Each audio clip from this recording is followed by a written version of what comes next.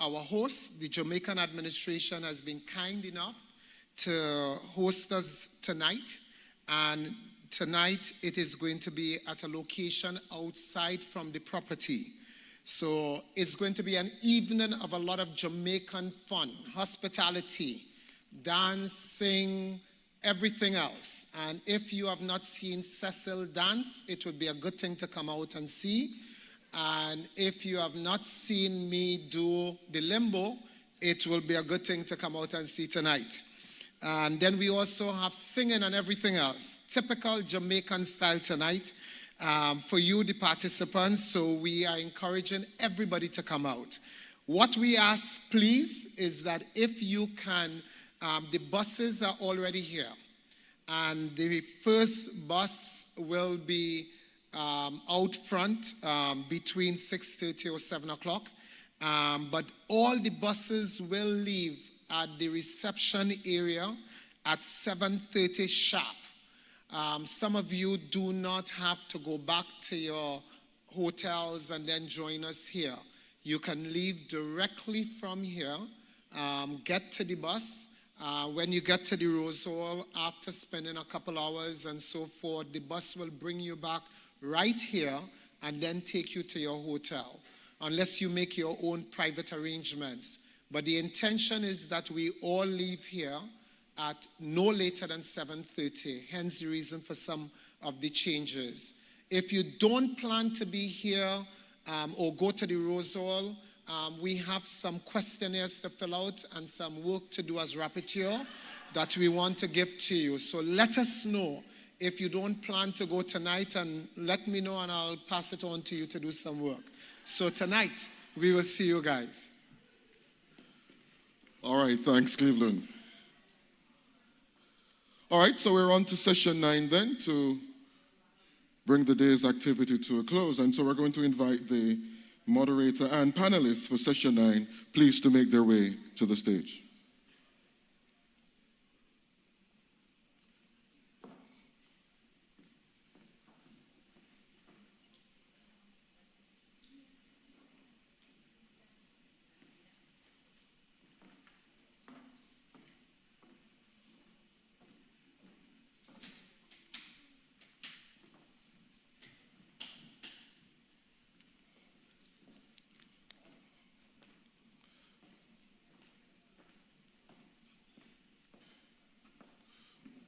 All right, thank you very much. Our moderator for session 9 will be Ms. Wahkeen Murray. Ms. Murray is the Chief Technical Director with responsibility for Information and Communication Technologies in the Ministry of Science and Technology, and she has held this position since 2012. Currently, she is the Acting Permanent Secretary in the Ministry, and Ms. Murray holds a Bachelor's of Arts degree from the University of the West Indies, and also a Bachelor's of Laws degree from the University of the West Indies as well. Ms. Murray was called to the bar, the Jamaican bar that is, in 2003. Can we welcome Ms. Wahkeen Murray?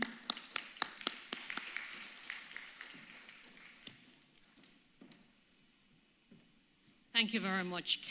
And I want to start off by just saying, well, thanks to Lyndall, but thank you for being here. I know it has been an extremely long day, but we're going to make this session fun. As you can see, I have the privilege of chairing a panel with 4 beautiful women and 4 dynamic women, 2 of whom you've been introduced to already.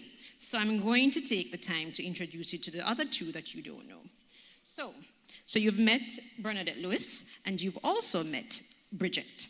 So I'm going to go straight into introducing Yamile González Torcas.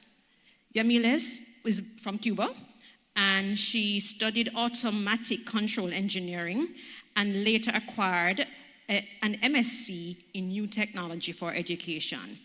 She has taken a large number of courses and diplomas related to computing, electronics, and ICT. She has served in various positions in the province of Santiago de Cuba, and she's now the Provisional Director of Joven Club, and you'd recall that from a presentation from that group yesterday in Santiago de Cuba, and has held that position since 2008. During her tenure, she has received a large number of recognitions for her continuous work in the development of the city and her work with the different sectors of society. Additionally, we have Stacey Hines. Now, Ms. Hines is an inspiring and results-driven leader focused on achieving transformation in highly complex environments with businesses and individuals.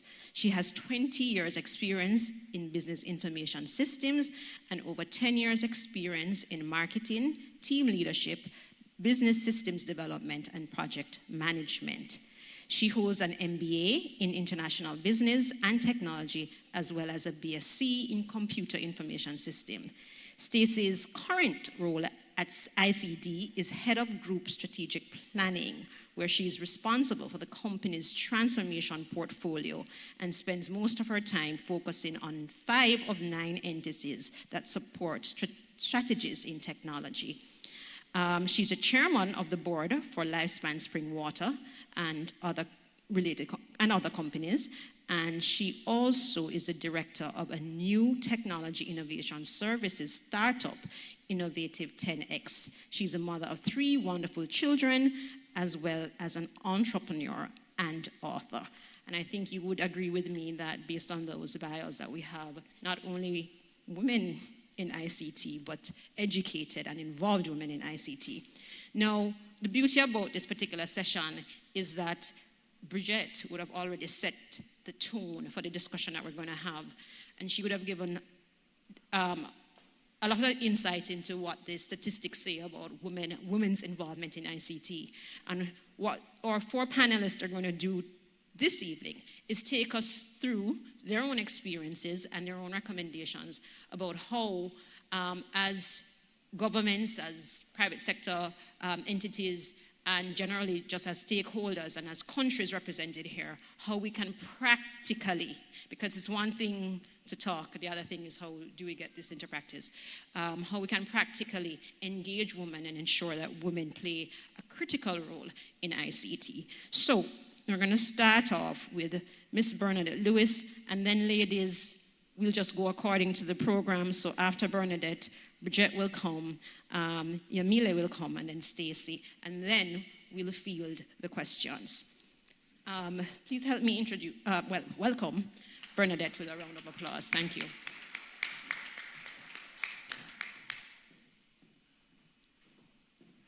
Thank you, Wahkeen. Well, it's me again. I'm not seeing the clicker.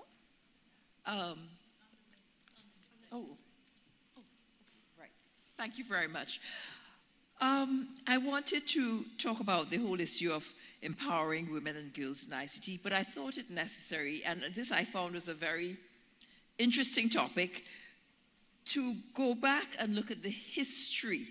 And I challenge you, go and look at the women in antiquity, and you see they had leadership roles, they were well respected, and there was a certain amount of status in the position that women held in antiquity.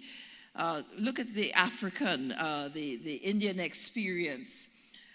But somewhere along the line, religion, misconceptions about religion, colonialism may have contributed to the downgrading of women and their status. But nevertheless, where am I pointing? Okay, okay, there you go. You have people like Ada Lovelace, and she was a British woman who is called the prophet of the computer age. She developed the program algorithm for a computer that didn't even exist. She worked with one Mr. Babbage, who was regarded as the inventor of the first computer. And then later on, we had Katherine Johnson. She's still alive, born in 1918. She was an African-American woman. And in the height of the racism and the segregation in the US, she was a physicist, a space scientist, a mathematician, and she contributed greatly to the Apollo missions, right?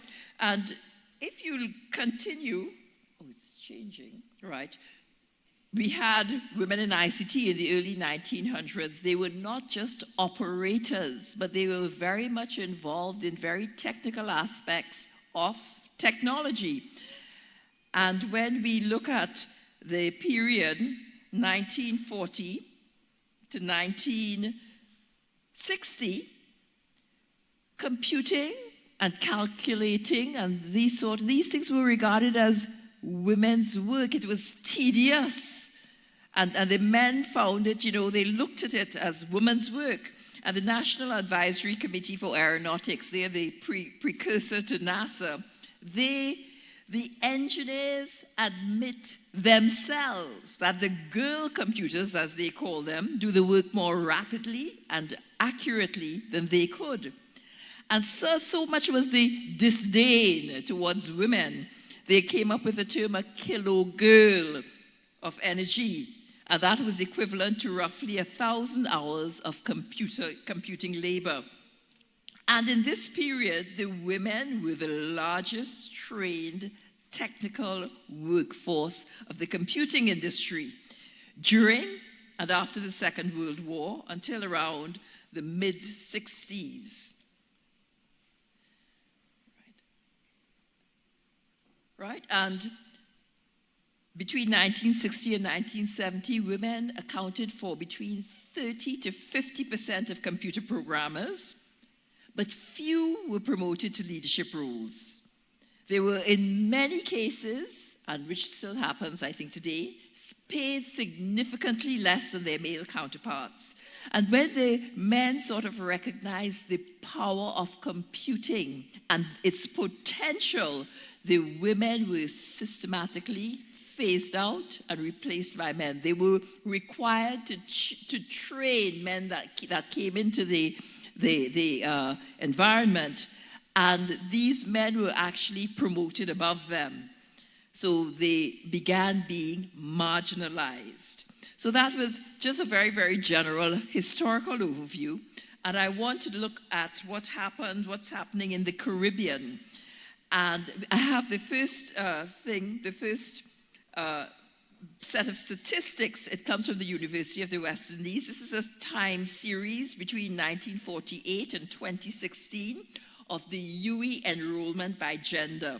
The blue is the men, the red is the female, and the green is the total. So you could see from about 1965, the women have been steadily gaining ground. And now they have actually, they outnumber the men almost 2 to 1. So we look at another set of statistics. UE students, 2012, 2013, 2016, 2017. I don't try to read the figures. I don't know that you could see them. The point is, I was going to say the pink or the grayish-looking bars represents women, right? And the blue, the men. And this is by campus. So from the open campus, St. Augustine, Mona, Cavell, women outnumber the men in 2012, 2013, 2016, 2017, and even before that, almost 2 to 1. So let's look at now the distribution, oops, I'm going too fast, by faculty. 2012, 2013, 2016, 2017. And again, but this is quite interesting. The women outnumber the men 2 to 1 in every faculty except science and technology and engineering. Yes? Consistently. Now, I have figures from earlier. They were still outnumbering men, but the more and more women are entering, but still the men have the lead in engineering and science and technology. So my question is, why are there so few women in ICT? It has nothing to do with intelligence, I'm sure about that. Opportunity, there are opportunities across the region for both men and women. I don't think that is an issue. Finance, people will find money to finance their dreams and their goals. So I don't think that is an issue either. Gender bias? Yes, gender bias is a factor.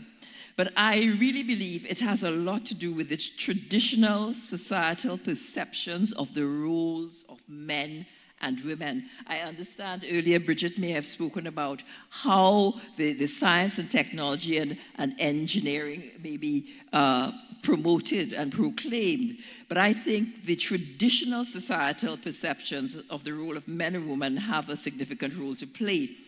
We have to encourage our girls. There's nothing like men's work and women's work. You know, I had an experience some years ago. We went to do a program. Coming back from the program, we arrived at the airport with all of these boxes, and one of the ladies, she just left everybody there and went to check in. So I asked her, "Aren't you going to help?" And she said, "But that's men. That's for the men." Right? And that is how she had been socialized. We have to encourage our girls. Look at this little girl in her pink outfit there. It gives me so much hope. She's there, involved, engaged with the ICT. There's a whole other set of discussion around this picture. But we have to let our girls know that there's no limitation to our intellectual capacity and what we can accomplish. And it used to be that engineering was about brawn, you know, but no, we have the intellectual capacity and we can therefore accomplish much. And we have to socialize our young girls in the way that is going to enable them to progress. And you know, and I'm saying being a woman is not an excuse for anything, right? You have the capacity. Let's encourage our girls to participate. But we still have a problem. We see the women gaining ground, and this is my concern. We're talking about ICT for girls and women, but why are the men underrepresented in every other field? 2 to 1, right? So, and the thing is, women and men bring different but complementary perspectives to an organization, and we need both of them for effective organizations. And I want to say, I think we have to look into this. Why are the men seem to be dropping out? And it's just a matter of time before the women will outnumber the men in ICT and science because of the sort of work that we're doing. And we are encouraging people to encourage their girl children, but we have a problem. We have to deal with the issue of men dropping out. And as I said before, we need the both for effective organizations. And with that, I thank you.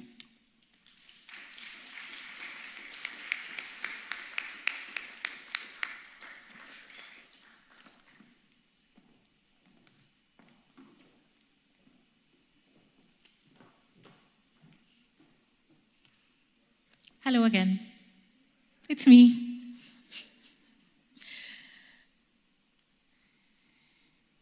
So I wanted to just recall some of the statistics that I had used in my previous presentation, just to set the stage for the conversation I'm going to have with you.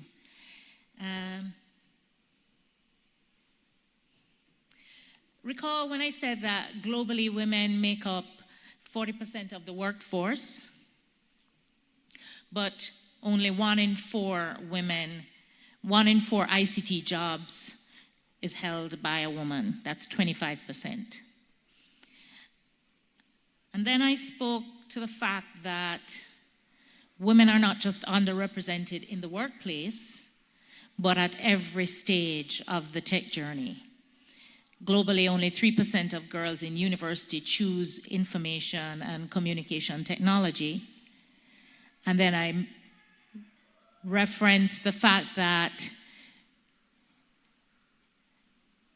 70% of the UE graduates from the overall graduating class, which is a statistic that Bernadette also just quoted, 70% of the graduates are female, But when we look at the computer studies department, we only see 30% of the graduates being female. So those statistics really woke me up. And I decided in 2017, with my She Leads It co-founder and another woman consultant, that if we were going to disrupt the future of tech and create greater gender equality and empowerment, we had to start with girls. So here's what we did. Oops. I think we're still with Bernadette's presentation.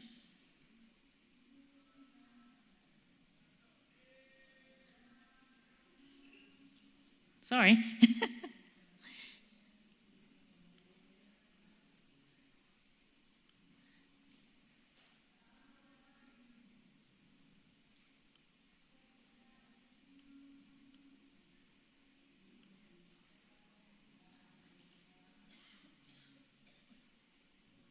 Yes?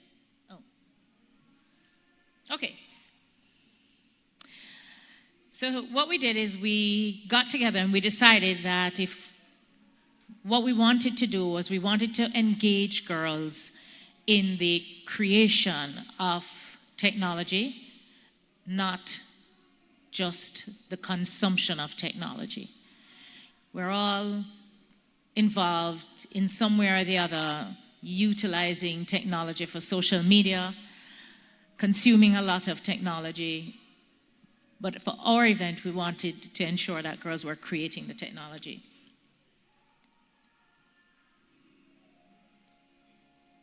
So we created the Girls in ICT Day Caribbean Hackathon.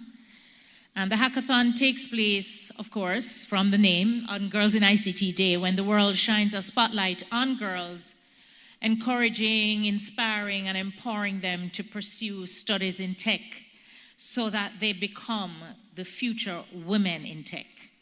That's our goal.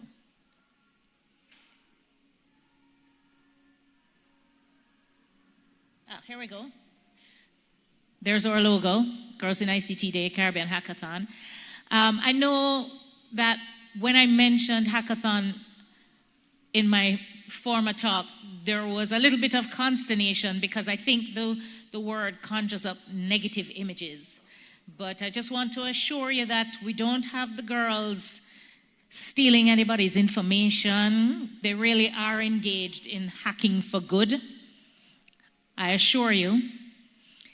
And a hackathon is just an event where people get together for a specific period of time and use technology for creative problem solving. It's oftentimes a male-dominated space, but we're happy to say our hackathon was completely different because our hackathon was only for girls. This year we had over 600 girls in teams of 5 representing schools, colleges, and universities in Trinidad, Jamaica, Barbados, St. Vincent and the Grenadines, and Guyana, where we did a tech lab. These girls came together not just Instagramming, Facebooking, and Snapchatting, but actually creating the next Facebook.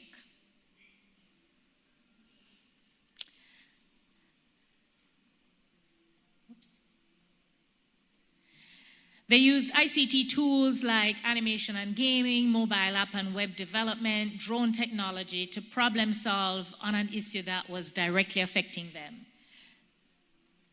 And that was the safety of girls and women. Hashtag Safe Girls, Safe Future.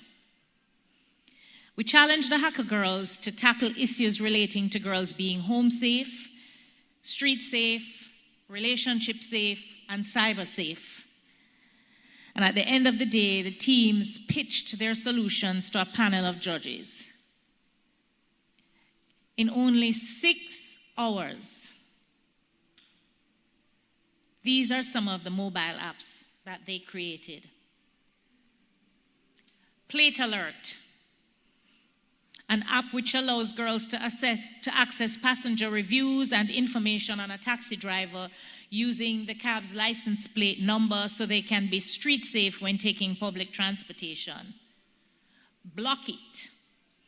Girls can be cyber safe by blocking online bullies and stalkers from all social media platforms with just one tap of an icon. Quick Alert. If at any time girls or women feel that they're at risk of domestic violence or sexual assault, they can be relationship safe by sending an emergency SOS message to their pre-programmed contacts and security personnel by simply shaking their phone and tapping the pop-up emergency icon. Glam 99. Now, this is an interesting one for you. Glam 99 was developed by the winning team in Trinidad, a school that's not considered Tier 1 or Tier 2, but a school that has won the Trinidad Hackathon 2 years in a row. They created a line of accessories which has an embedded microchip that can be activated if women and girls feel they are unsafe in any situation. That links to a mobile app that sends an SOS message to emergency contacts and security personnel and also pinpoints their location. So with girls creating all of this amazing tech stuff, once again we come back to that question. What happens to girls and women during their life experiences that takes away their desire and interest to learn and work in tech? And once again, we come back to the answer. The gender bias takes hold once again. And girls find themselves being placed into boxes where traditionally society has placed them. So when I say we have to disrupt society, I really mean we have to disrupt society in order for girls and women to thrive and be empowered through ICT. We spoke about those influencers. I spoke about those influencers that girls have very early in life and influencers that then affect them throughout their childhood through to adulthood. We spoke about the ways families put girls and boys into different boxes and tell them what is appropriate in terms of the activities that they engage in. We spoke about teachers doing the same. We spoke about corporates sending messages to women in tech, and providing them with a work environment which does not necessarily complement the life of a woman.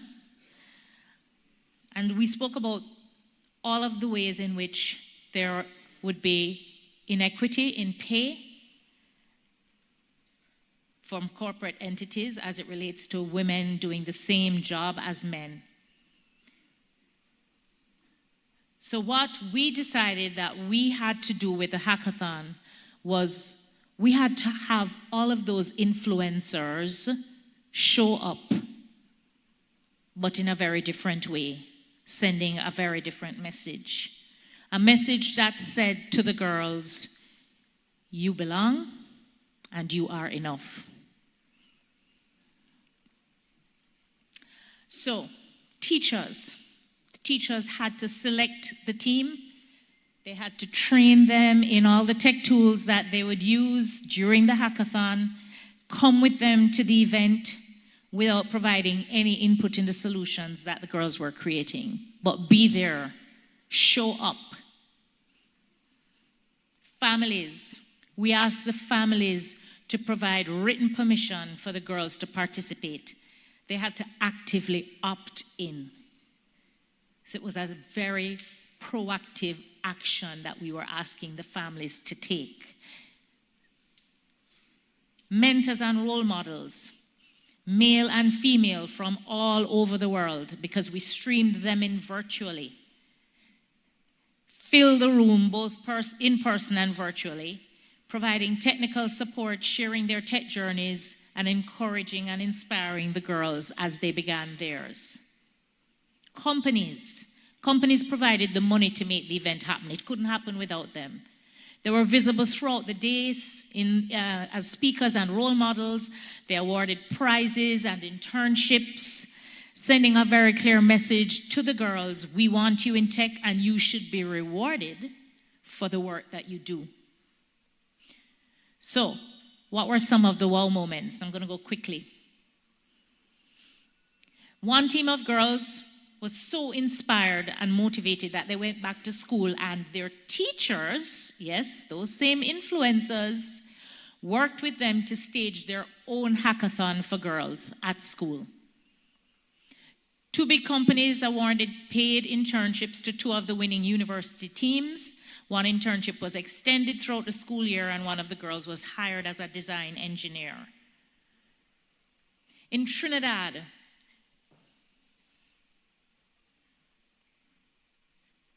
Chaguanas North Secondary School, winners of the 2017 and 2018 hackathon, they pitched their 2017 winning cyberbullying app at a local tech startup competition, Startup Weekend, hosted by Launch Rocket, and out of 48 submissions, they came first. That's the team that won $10,000 from the Inter-American Development Bank to take their app through the development phase. They weren't comfortable with just a local competition, so they decided they were going to go international. So they entered a Microsoft International Tech Startup competition, and out of hundreds of submissions, placed in the top 50. This is Microsoft Global. This year, they entered their 2018 winning app, Glam 99, in the Career App Innovation Competition and placed in the top 10 finalists. They now have to resubmit their app, and they're hoping to win. And they'll get funding again to take that app through the development phase. I get goosepimples when I talk about it, so. But these are the things that happen when you create an opportunity for girls in tech and simply move out of their way. Thank you.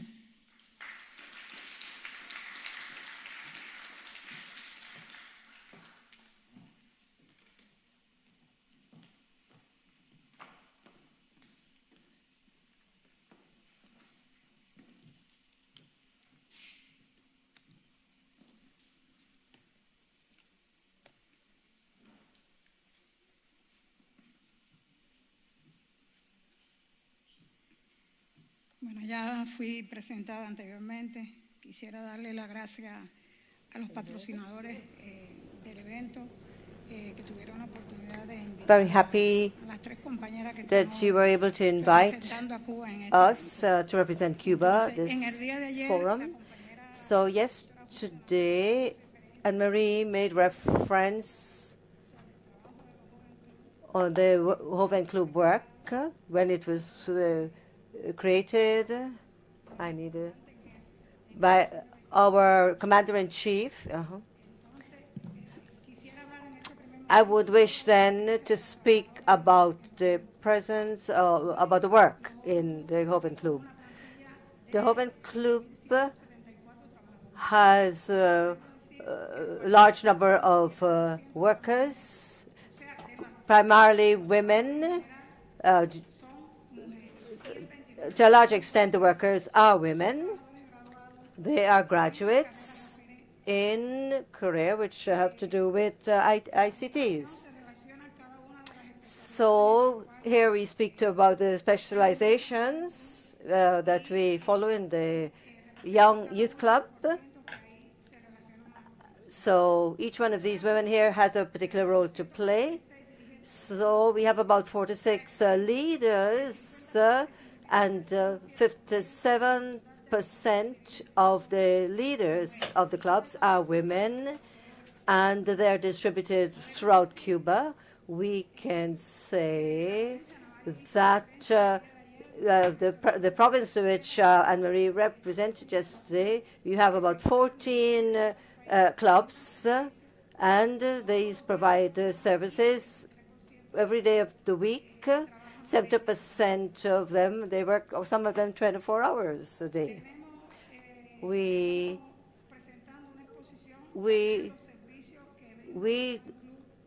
Let us speak about the services that these clubs do for our population. They have to do with informatics at a national level.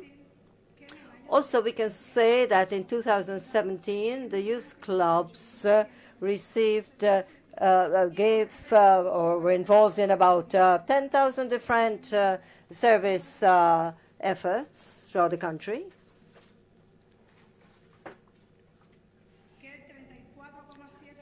So 4.5% of the women were involved in the services of the clubs. And what we're saying is that the information that we can give you is that what the services we provide every day of the week were not even enough.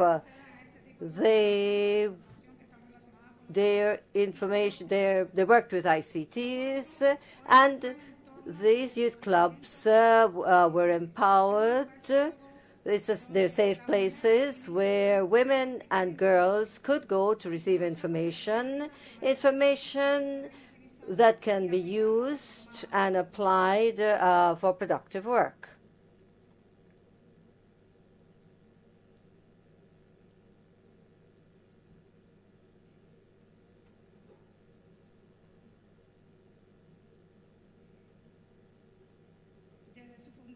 So since its foundation 31 years ago, 4,710 students have graduated in different types of courses in all the centers that we have in the country. We can also say that one of the bases for the creation of these clubs was to provide services and products to the communities based on the demands.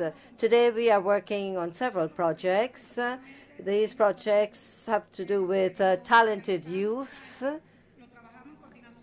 We coordinate teaching centers, and everything has to do with ICT, and we also attend to the elderly. We have projects, as I said, with talented youth, preparing them for professional jobs.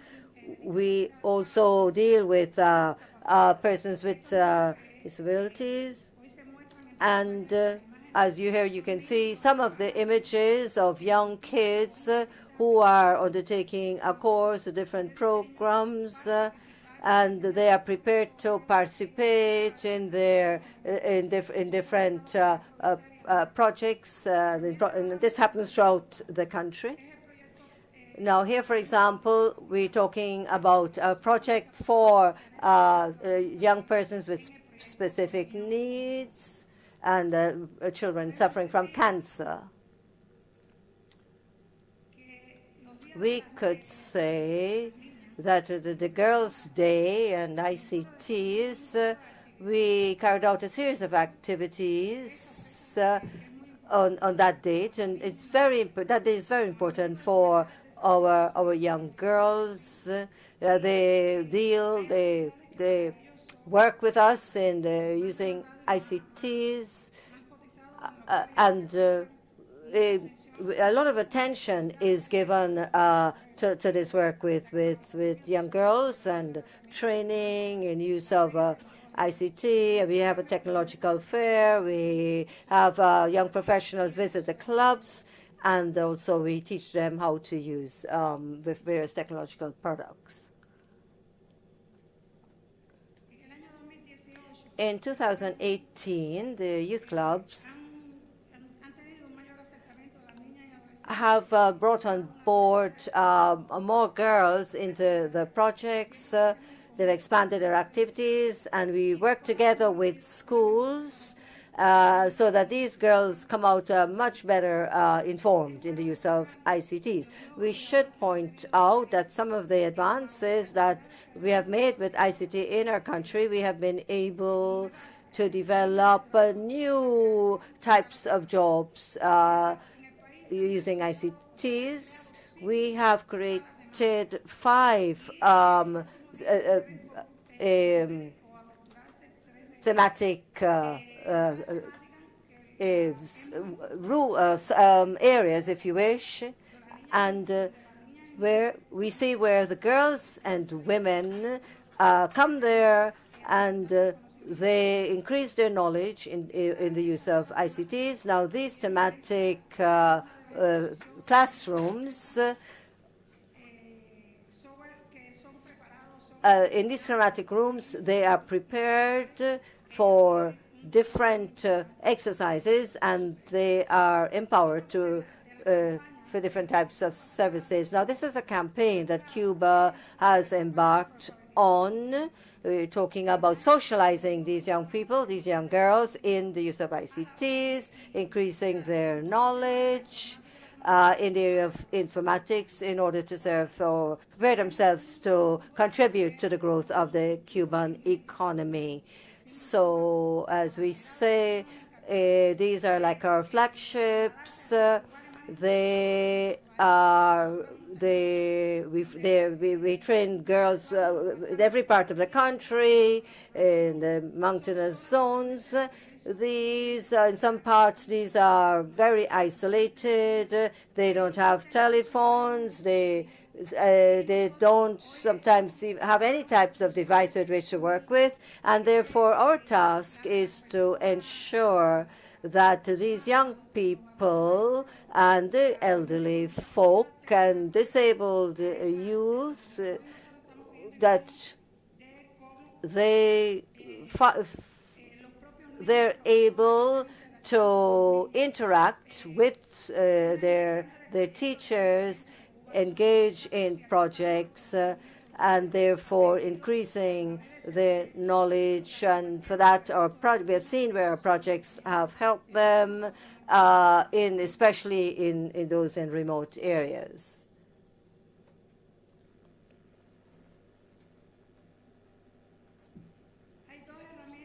So 2 tools which have been very important, and Anna-Marie spoke about this. We're talking about the web pages and social networks.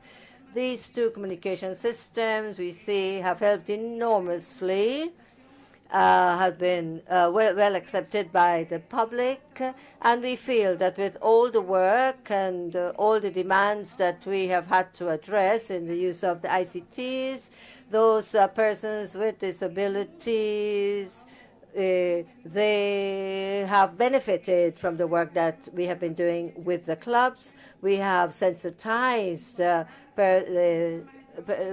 and we have managed to involve them and to move the barriers, created more awareness, and really motivating them to fight for a world without barriers. So both within and outside of the club, we continue to work. We have campaigns, we have projects to improve the living conditions of girls, of women in our society. So I would wish, before I leave, to make a reference to our historical revolution that Cuba has been living. We have fought tirelessly for the improved education and greater participation of our young people and their elderly. Thank you.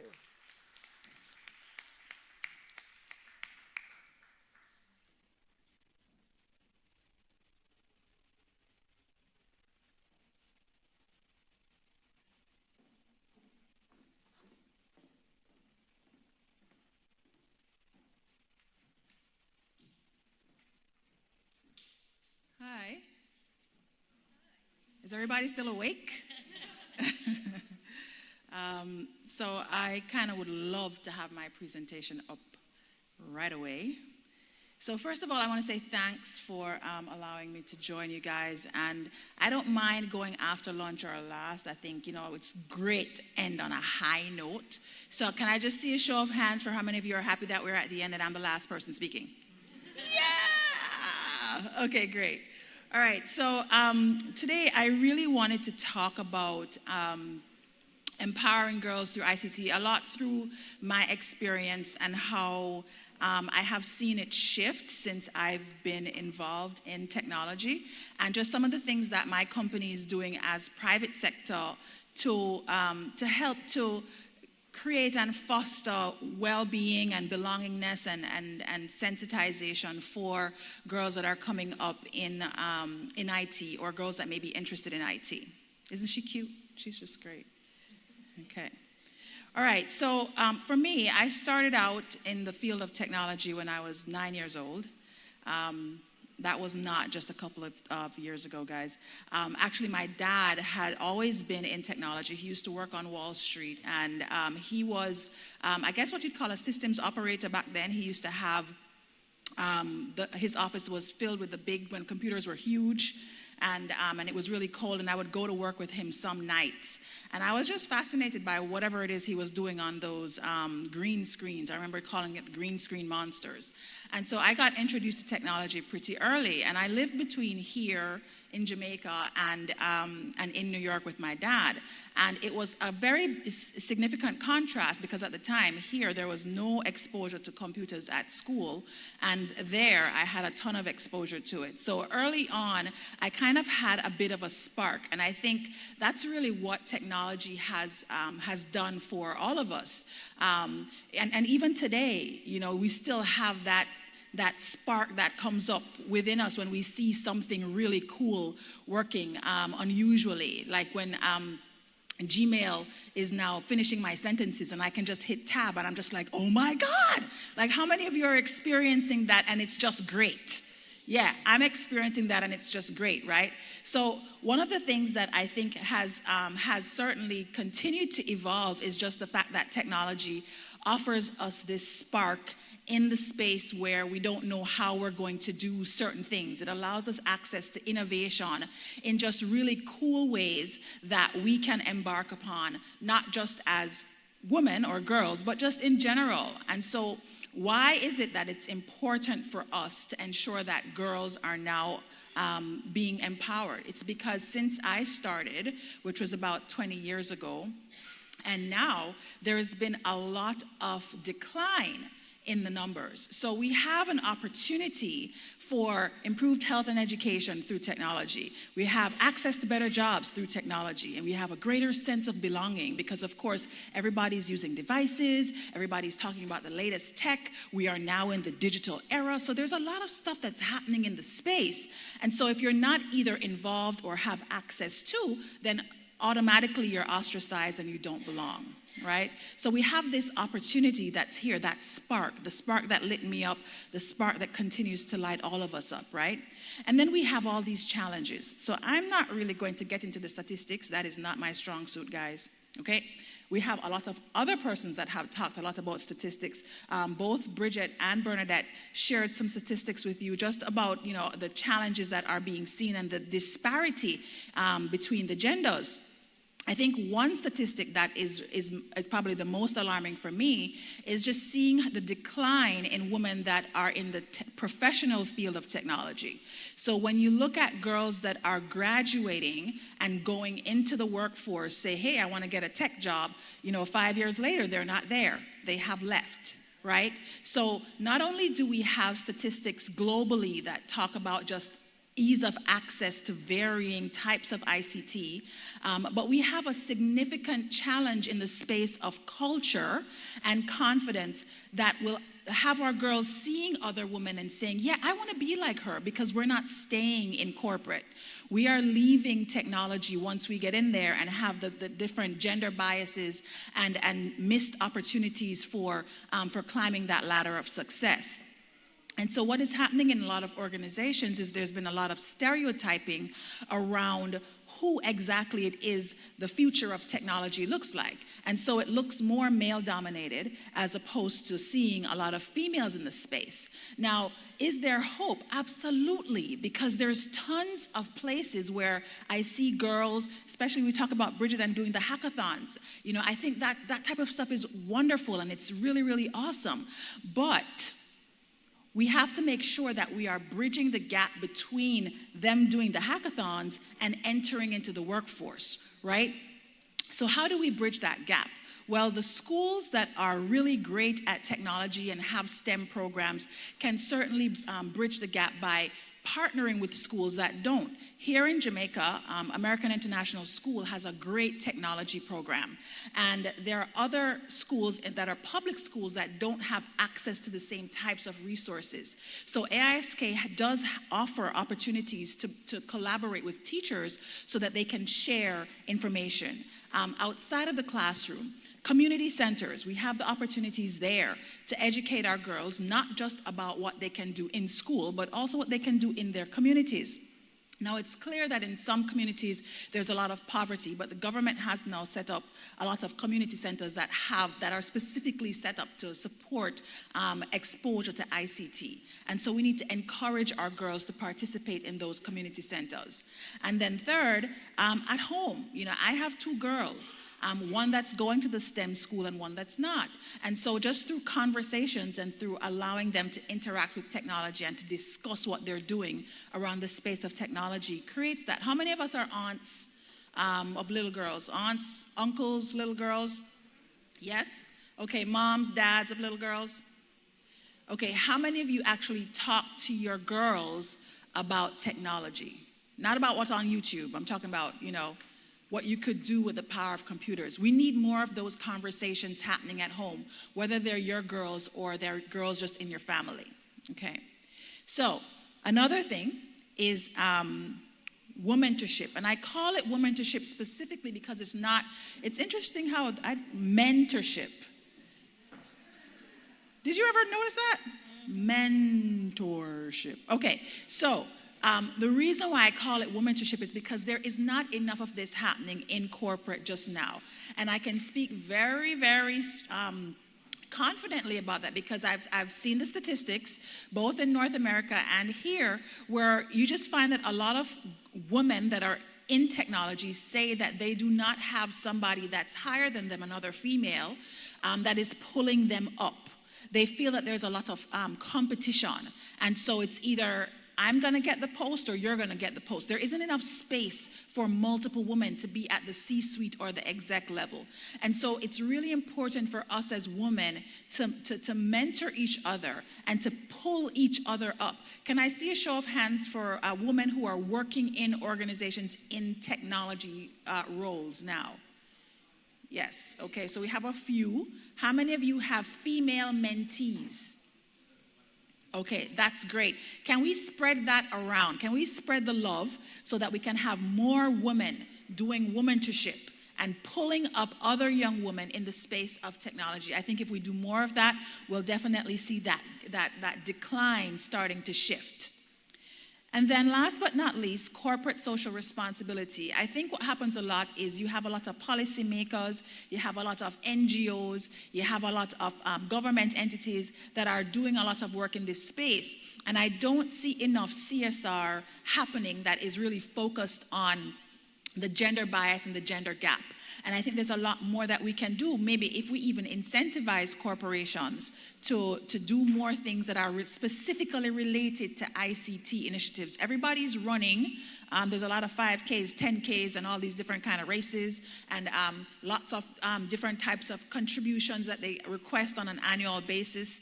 And I think that I don't really ever see us doing anything from a CSR perspective that is specifically related to ICT. So at ICT Group, there are a couple of things that we have been doing.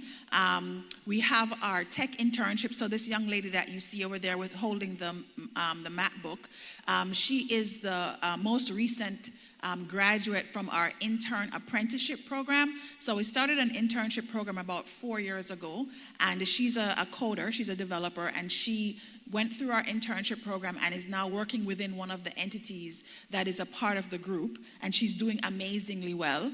I really have fun with her. Her name is Renee. And we're hoping that we can enroll more girls in our internship program. Yeah. Okay, great. Hoping that we can enroll more girls in our upcoming internships. Every year we do it, and we have opportunities to enroll a lot more young ladies. YCDI mentor. So youth can do IT. If you look over there on the far, I don't know what side it would be on for you guys. Right. Okay. So where I'm doing the jig, right there, I think we were making a boomerang. That young lady is called Leanne. Her name is Leanne McNaughton, and she has actually started a program. She's like 25 or something, some young chick. She's really young, smart girl. Youth can do IT, and she actually has a mentorship program for young girls. They don't necessarily have to be in tech, but maybe if they have an interest in tech, and then she aligns them with different opportunities for mentorship. And so I am a woman-tor for Leanne, and I provide access to opportunities for girls to get mentorship. And then at the top there, you'd see where we have our Multi-Care Youth Foundation. And this is a foundation that we have that's a part of the group.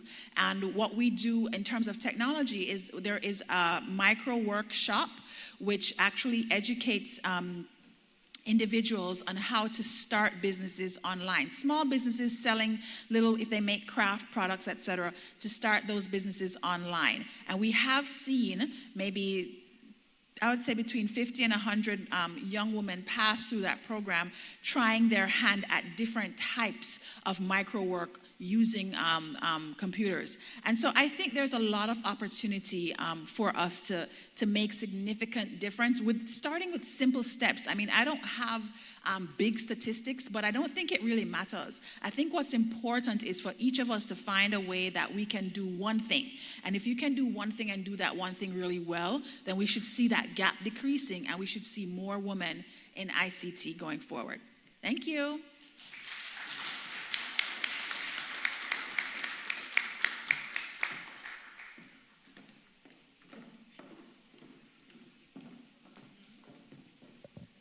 Okay, thank you very much, panelists. Before we go into a round of questions, which won't last more than 5 minutes, unfortunately, Bridget has to go. So, yes. So I really don't know if there were any questions specifically for Bridget, but she... Can we accommodate her for like one question, quickly?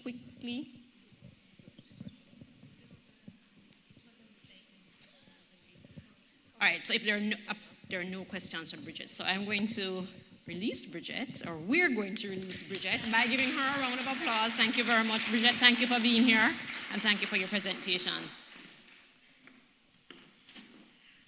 All right, so we've heard a lot. We've heard the stats, we've heard the initiatives, and we've heard some recommendations about how we can involve and ensure that women, young girls and women get involved in ICT. So I'm going to open the floor now and ask if there are any questions for the remaining members of the panel.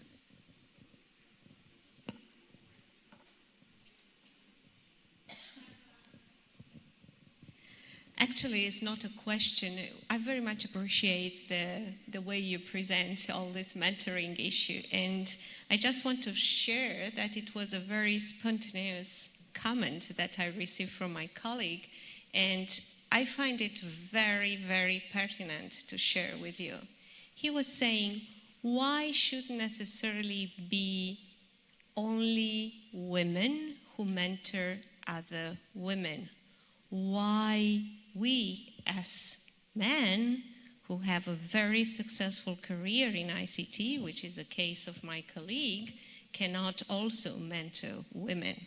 So in fact, this is an invitation to all of you who really want to make this happen and really want to prove that they are role models and leaders in making a more fair society, more gender balance, to invite you to take example of my colleague and perhaps try to do mentorship with your women colleagues. Thank you. Thank you for that. And I take the point. Yes, women should mentor women, but then you have some, I suppose, some liberated men who would be quite prepared to do that too. Are there any more questions from the floor? No? One, yes, minute.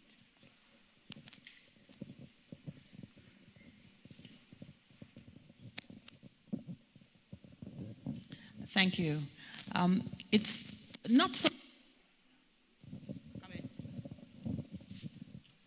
Okay. It's more a comment and then a question, which I hope will provoke some kind of response from the panel or other members in the room. When you look at the declining numbers of women in senior positions in ICT, it will be difficult for women to do the kind of womentorship or mentorship that young girls might require, because there would be just so few of us to make any sizable dent on it. So I think, yes, it is true that men are willing and should be willing to provide that kind of guidance and supervision that women might require. But I want to raise a question and just ask for your perspective on this. I grew up in a rural community, and then I went to school in a fairly middling-sized town where children whose parents worked in the bauxite sector had access to computers and were exposed to communication and computer work at an early age. But back in my farming community, boys and girls alike did not have an early exposure to the use of technology in studying or researching and so on. And so while we are making a special effort in this day and age to include girls in ICT, I think of the thousands of Jamaican children, and perhaps in other areas of the Caribbean and in the Americas generally, I think of the thousands of children who do not as yet have an exposure to the technology at a foundation or a fundamental level in their development. And so one can't really be surprised that as they begin to choose careers, or even the parents as they begin to offer insights on career choices, we can't be surprised that either there's a gender bias or some lack of awareness that would move girls into ICT. I am one of the persons who feel that if we make better provision for all the children, we won't have an issue with girls, certainly not Jamaican girls, wanting to be in ICT, because I suspect we are at an age where we are thinking that girls are afraid to make these choices, but the truth is, the girls that we are catering to now, they are not afraid of anything. They are not afraid to step into roles that were traditionally male. They simply need to be sufficiently exposed to it at an early enough age so that when they are ready to make the decisions, it becomes easier. And might I say too that we shouldn't be worried that girls are not stepping into certain career paths or choices, because once we give them the freedom to choose, then they are free to disregard the thing that you are promoting. I think we should focus on making the service, the technology, access to technology so universal and so well exposed at the right time that persons are free to exercise their choice when they're at an age to do so. So, if there has to be a question in it, in my comments, I would love to hear how we are addressing the general issue of the early exposure, not just for girls, but across the board. And then later on, we can be specific if we think that girls require a better representation. All right, thank you for that. I'm going to open that. Any observations from the members of our panel? Testing. Okay, great. Hi. Okay, so thank you for your comment. What I'll say is that the Youth Can Do IT program that I shared about, which is run by a young lady, it's for all youth, And one of the things that it focuses on is going into schools in, I guess, lower access areas or areas that probably wouldn't have access to technology, and doing workshops with the kids. Simple robotics workshops, simple things like building websites early, and those workshops are for any child. So yes, she has something that is very specifically focused on women, but her core program, Youth Can Do IT, is actually the name of it, and it is geared towards that. I think that what we can do from an executive or C-suite level is we can sponsor individuals like that who are creating opportunities for our young persons, because that's the challenge that she has, is getting investment in her program so that she can touch more schools, because she has to hire ambassadors and mentors to go out. And of course, if she's going to go beyond Kingston, which I think she's actually touching other parishes now, but if she's to go beyond Kingston or go regionally, which they have been able to win awards and go to other places, then she will need funding. And so that's how I feel that we can participate. Any other reaction from the panel to, I think, the comment that was made from?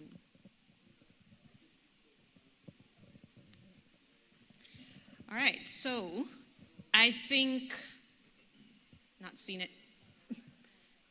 Okay, we'll have 2 more questions, and then, is it one, Gordon? Are you asking a question, Gordon? I see Melissa, right?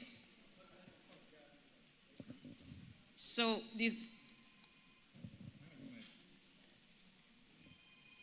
can we just get the mic to? No, I have the mic. Oh, okay, you have the mic. Right. So I would like to lend my support for the mentorship for females. I have 2 girls, and my elder daughter, she just finished university with a degree in computer engineering. She started out doing management studies and got confused. I sat her down, and she really found her footing, and right now she's employed just before she finished university. That's really good, and I support that. Another observation I would like to raise is young girls who have dropped out of school for pregnancy. Quite a lot of young ladies have never had the opportunity to finish high school or even primary school because they got pregnant at an early age and are at home.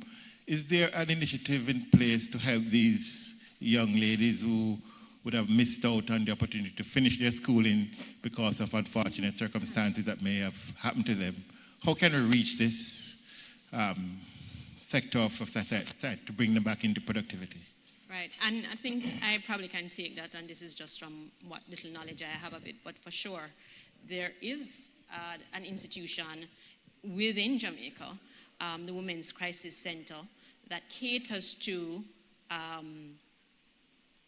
young girls who get pregnant during their high school life, or as a matter of fact, school life. I wouldn't even say high school.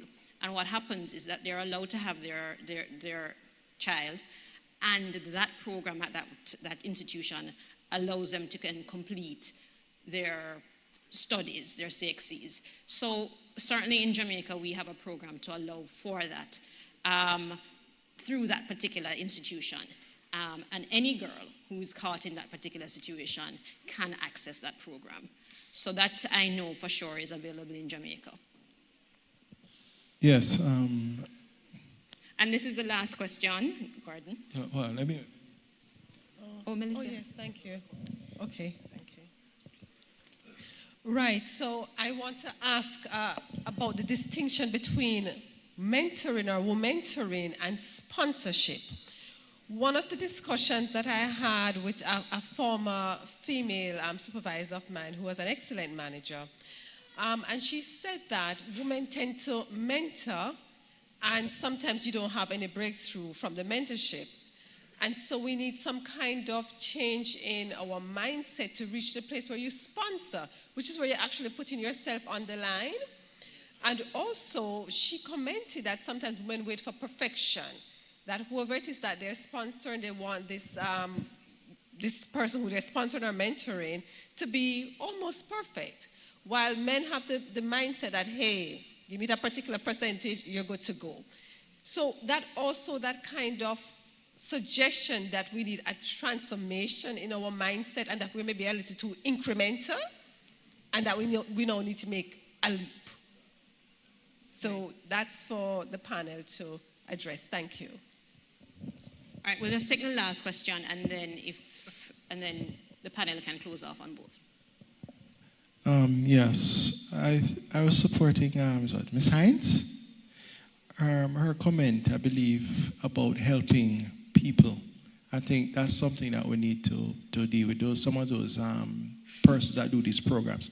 As I personally, I have a daughter there at school, so I'm thinking that you could look to see how you can get that engagement, help these persons. Some of them going around doing robotics and all these different things. So it's a good opportunity, and I believe coupled with that thing about the Women's Crisis Center, maybe you could have a tech initiative working through that institution for development. All right, so we'll take our we'll take our last comments or words of observation from the panelists in response to anything that you've heard on the floor, and then we'll close it out. So I don't know if any members of the panel have any last observation or any last thoughts that they would want to share with the... Hello? Yes, I absolutely agree. We have to create the opportunities for all of our young people. Yes? And the issue with the rural children in rural communities who are at a disadvantage because they just do not have access to the facilities.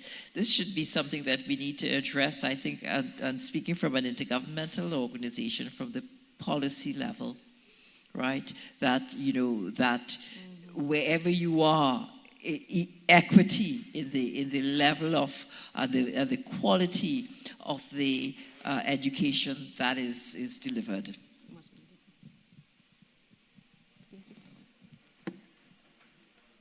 Stacey, anything from you? Yeah, okay, so I just wanted to make one comment concerning the mentorship and the women. That slide is winning, clearly. It's just that I think one of the challenges that we face is really just paying attention to that specific thing. And not saying that anyone was being dismissive, but the truth of the matter is that, you know, we do have different needs as women. And in particular, it is very helpful and has been proven by all different kinds of sciences that when you see someone who looks like you in a place that you want to get to, it is a lot more encouraging. Additionally, we recently, I'm a member of a group called Caribbean Women in Tech, and we recently did a survey because we were starting up a group just having that conversation about women in tech and the challenges that they face. And when asked, you know, what were the challenges with mentorship, and when I say mentorship, I'm speaking specifically as it related to men, a significant number of the women responded to say that if they attempted male mentorship, then there was that whole intimacy issue that came into play. And so while I am definitely an advocate for mentorship, I am not in any way dismissing it, but I am saying that as women, however few of us it is, it could be 1, 2, 3, 4, 5, however few of us it is critical for us to create a network that provides support for other women. That's it. Thank you. All right. Thank you very much. So we're closing out. And I'm going to take my seat, and Lyndall is going to close out.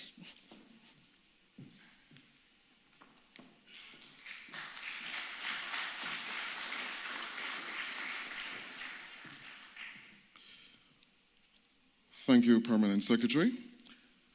Indeed, it has been a long but extremely productive day, as throughout the 7 sessions of today, we explored the various concepts and principles of digital inclusion.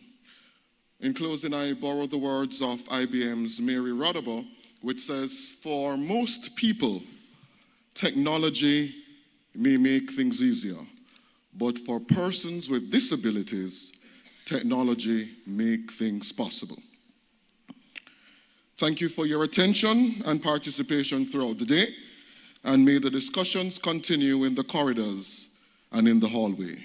Pleasant evening as we look forward to seeing each other at the Rose Hall Great House. You have been a wonderful audience. Can we put our hands together, please?